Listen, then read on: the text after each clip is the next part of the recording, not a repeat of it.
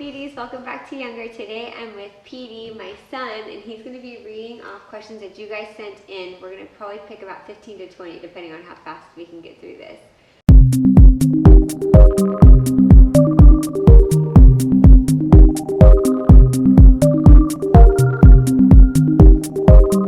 So before I move on, I ask that you like, comment, and subscribe to my page and share this video with anyone who may find it useful. You ready, PD? Mm-hmm. Okay, let's go. Okay, number 1. Best filler for hollow temples, please, and mid-face. Okay, so mid-face filler and temporal filler.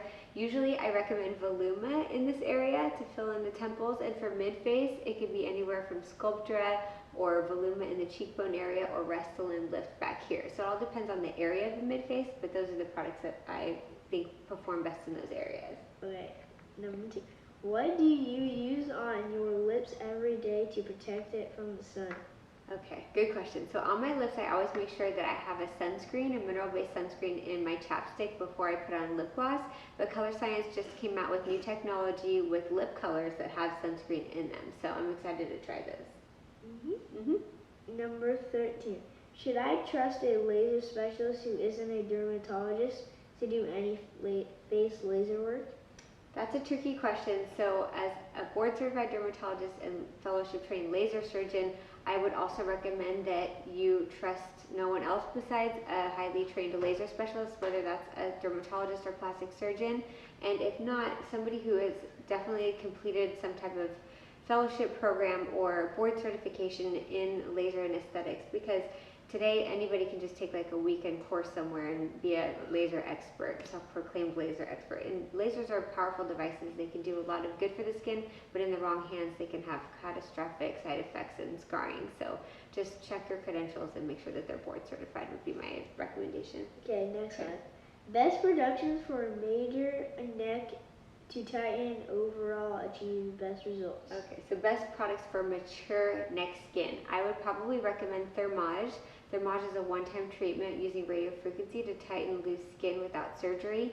And as far as injectables, sometimes Botox can help with the neck creases for tech neck in younger patients, and Sculptra in that area for neck creases. But to tighten loose skin and mature skin, I think that Thermage is my top recommendation. Next question. Is there any way to get rid of stretch marks that actually work? Yeah, so depending on the stretch mark, usually Fraxel laser is what we recommend to help stretch marks. Usually that's on the abdomen, the legs, even sometimes the arms or other areas of the body. Usually 1 to 3 treatments are needed. But if the stretch marks are in the earlier stages where they have a pink or what we call erythematous hue to them, V-beam is my laser of choice. But definitely Fraxel with multiple treatments probably needed to improve stretch marks. Okay.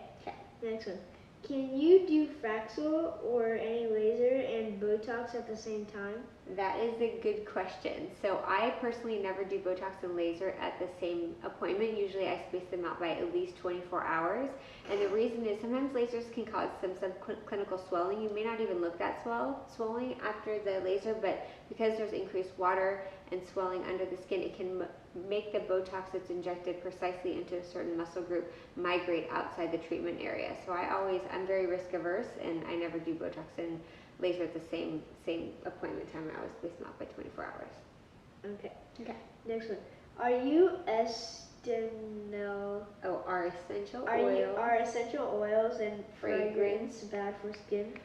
So that's a good question. Oils, definitely. Now, this comes up a lot in my comments. Oils are bad for the skin. However, if they're listed on the back of the inactive ingredients, it's okay. But as far as the main component or vehicle of a skincare product for the face, absolutely not. You should watch my YouTube video on why oils and moisturizers are bad for the face. They enlarge pores, they cause blackheads, they cause textural irregularities. Oil's not what you want on your face. Water is what hydrates our skin. And as far as fragrance, that's kind of a difficult topic too, because in a perfect world we would avoid all fragrances, but as we even get tested on our derm boards, fragrance-free is even a fragrance. So it's hard to stop using products with fragrances, and unless you have a legit allergy to it, I would avoid it. But it's not like the worst thing that you can find in a skincare product, and you won't want to miss out on an opportunity using a great product because of something like fragrance, which could be not that big of a deal in the first place. What should you expect to pay for Botox range for a dermatologist? Okay, so Botox range is usually anywhere from like $8 a unit to $15 a unit. Sometimes practitioners will charge by your treatment area, but unit per unit, it's always tricky because you're often paying for the level of expertise and skill when injecting the Botox. So units aren't really across the board either, because a lot of med spas I know dilute out their Botox to kind of spread it out and get more use out of their product. But what that means for the patient is it doesn't last as long, or sometimes it can migrate outside the treatment area and cause a dropped brow or an asymmetric smile. So sometimes Botox, could be $15 a unit, and that's a little bit more on the expensive side, but that's usually because you're getting a pretty skilled injector and you're not going to have any side effects, and the treatment will last longer and be more effective. Next one. What can be done to correct hypopigmentation? Hypopigmentation is a tough one. It's one of the hardest things to repigment the skin after depigmentation or hypopigmentation has occurred. But as I learned in my laser fellowship, Fraxel Restore is actually the only laser that can bring back pigmentation. And it doesn't always do this, but if anything, it would be that laser. Okay, is ZOC better or Skinmedica or comparable? Okay, so Zeo Skin Health and Skinmedica are both skincare products and lines that I really, really like. Bless you! Are both products that I really, really like.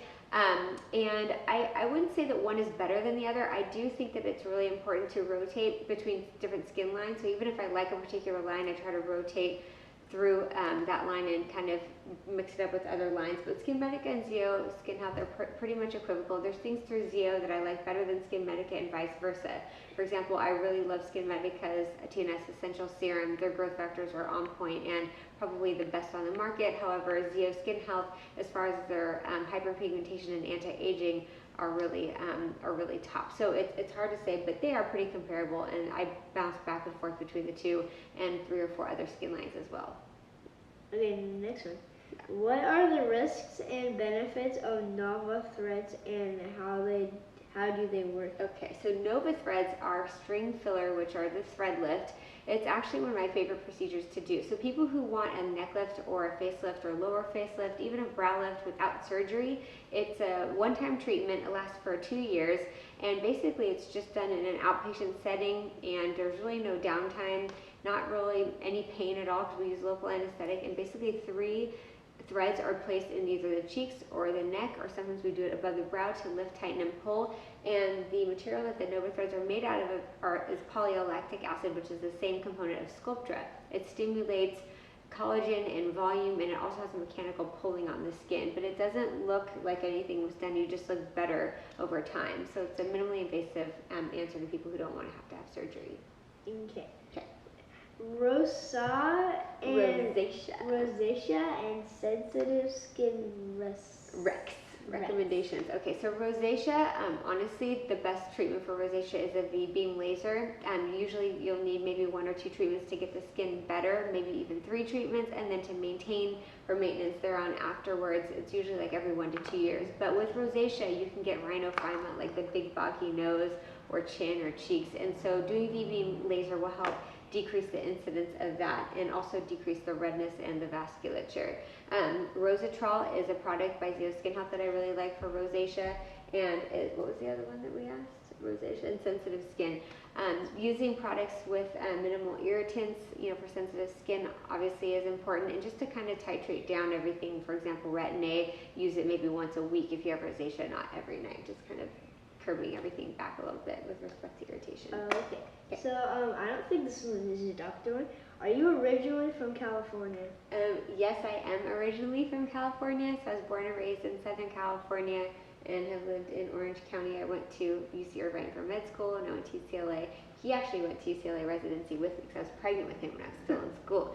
So, and I moved to LA, lived there for a little while, and then I did fellowship training in Northern California. So I did the UC shuffle around, but I've always stayed within California, where I was born and raised.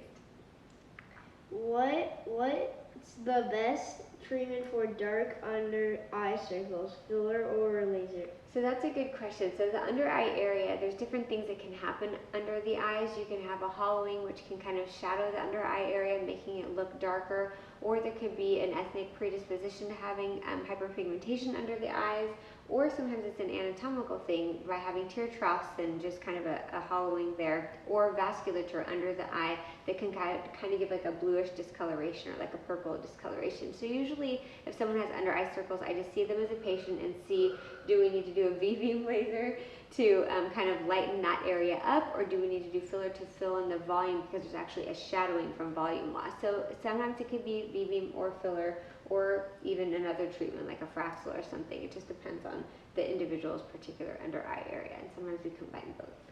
Next, best treatment and best serum to help shrink pores on cheeks. Please. Okay, so probably the best serum to shrink pores is honestly a retinoid or a retin-A or retin-A derivative. Just using a retin-A will help decrease pore size. Using an exfoliating polish or a scrub every day will also help minimize pores, and for sure doing Fraxel or even like a lighter Fraxel like a Clear and Brilliant will reduce pore size. So people that come in for lasers, especially Clear and Brilliant, just for overall skin health maintenance or to help treat melasma, or if they're doing Clear and Brilliant for another reason, their pores definitely shrink down, and I can even see it while I'm doing passes on their nose that they're smaller. Yeah. Okay. Does different help with fine lines, wrinkles, or better off getting prescription strength? So that's a good question. Differin, which is adapalene, is now over the counter. It used to be a prescription only, and it's probably the strongest over the counter vitamin A derivative that you can get. And so it does help with acne, but it helps with anti-aging as well. So it's probably the strongest non-prescription over-the-counter medication that you can take for acne, but also with potent anti-aging effects as well. Is that it? Are we done? Thank you for being on my episode with me and for reading all my questions. Say bye, my beauties. Bye, my beauties.